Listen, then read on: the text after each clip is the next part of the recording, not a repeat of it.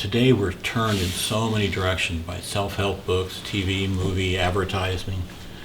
It's our fast-paced world, our personal life. It's so hard today. I think it's much harder today to focus directly on one thing, because look at the pulls in our life. This phone thing is constantly poking us, Pay attention to me, pay attention. So, I said this in Banff, but you will remember, but I think if Christ was here today, he would say, "You faithless, multitasking generation."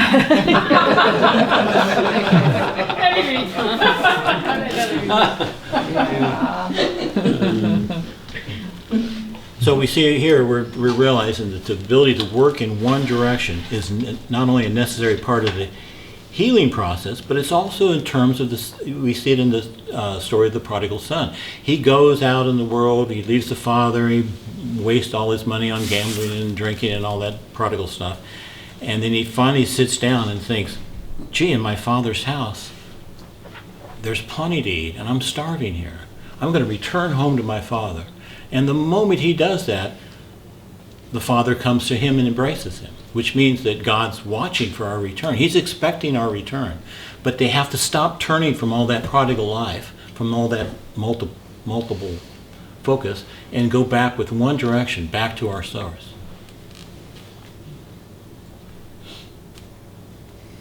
Yeah. So anyway, and see, there we can show where the faith is in that one, because he sat down, he reasoned. I said you need to have reason to have faith.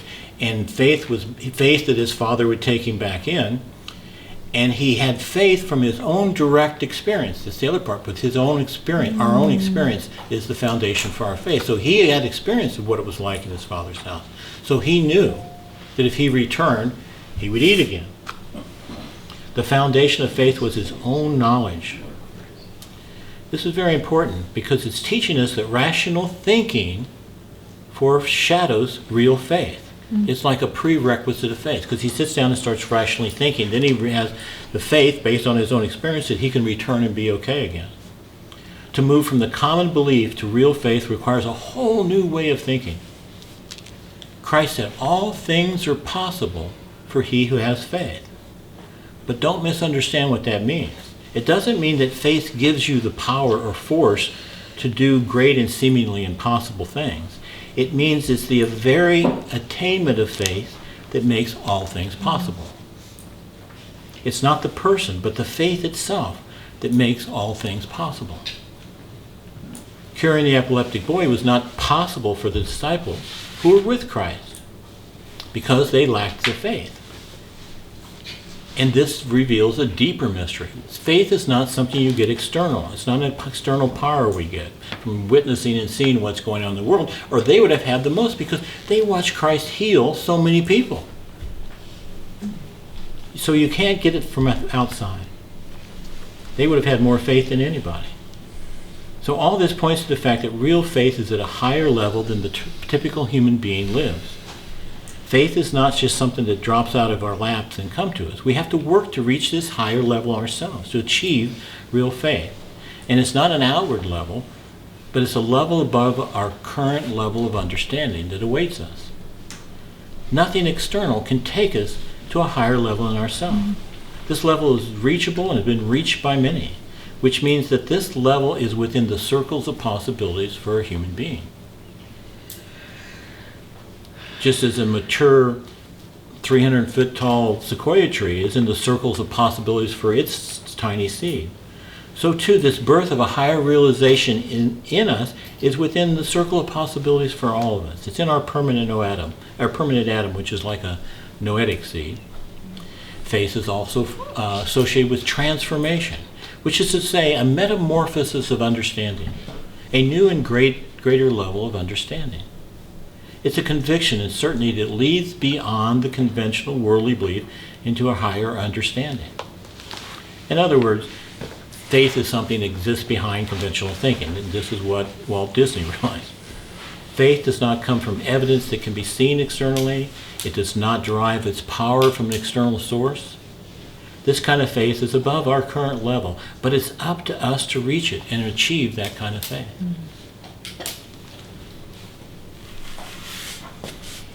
So, what this faith is doing is delivering us to a higher level in ourselves. And the lower can't comprehend the higher until it experiences it. In other words, without a movement of our awareness from a lower level to a higher awareness, a lower level of mundane thinking to a higher level, we can't hold faith. It's like blind faith. You hold it and it just drops down. So faith is the inevitability of a higher level of reality. It's the inevitability of a higher level of reality already in us, which exerts an influence on us. And that influence is the unshakable feeling or confidence in the truth that comes from this higher level of faith in us. We see the principle of this level associated with faith hidden in the story of the Roman centurion. I love this story. This is the best story that describes faith. And I'm just going to read it, and then I'll go into it. It says, when Jesus entered Capernaum, there came to him a centurion. Now, a centurion is a Roman soldier who has 100 men underneath him. That's why they call him centurion. And he began beseeching the Lord, saying, Sir, my servant lieth home sick, in palsy, grievously tormented. Christ said to him, he stood up, he said, I will come and heal him. And the centurion said, No, Lord, I'm not worthy that thou should come under my roof, but speak just a word only, and my servant shall be healed. For I am a man under authority, having soldiers under me. And I say to this man, go here. I say to that man, go there. And he does it. When Jesus heard this, he marveled and said to them, the ones who were around him, his disciples, verily, I have not found such great faith in Israel. And Jesus said to the centurion, Go thy way, and thou hast believed. So it will be as thou hast believed, so it will be done for you. And her servant was healed that same hour. Now the centurion in the story just represents the embodiment of faith.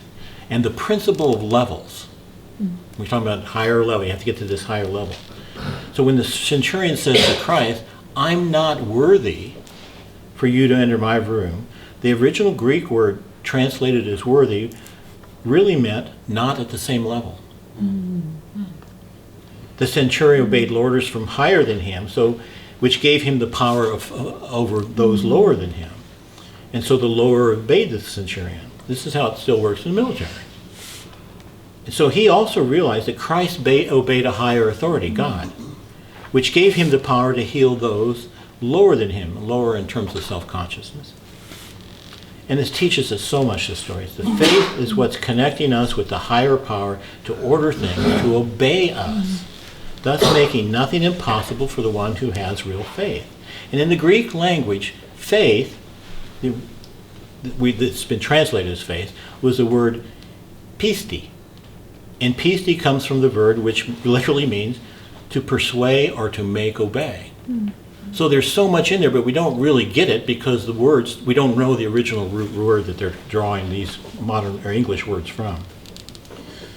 So now we come to the esoteric teaching of this story. It's not so much about making external things obey us through the power of faith. The heart of the teaching is how having real faith in the higher part of us makes the lower things obey us and yield their power to us. And by higher things, I just mean the good, wise, loving parts of a human being. And the lower things, I mean the fear, jealousy, anxiety, doubt, fears, and all those other things. This is a constant theme in our teaching. And it's far more efficient and effective to control our emotions with the higher, with the reasonable thought. This is another example. You don't really control other emotions with more emotions. You have to use thought, which is higher than emotion, to control the lower. And in doing that, we shape our psychical body. By using the noetical body, we shape the body of our thoughts, we shake it. So the attainment of real faith is a secret that enables us to overcome the undesirable weaknesses in our personality. This is I'm talking now about a very practical application of it. This is real self-mastery and the necessary step in purification of personality in order to reach self-realization. It's true alchemy. It's real alchemy. The transmuting of something lower into something higher. And this is what Christ meant by the mortal will become immortal. The perishable will become imperishable. So it means that faith plays a vital role in the process of self-realization.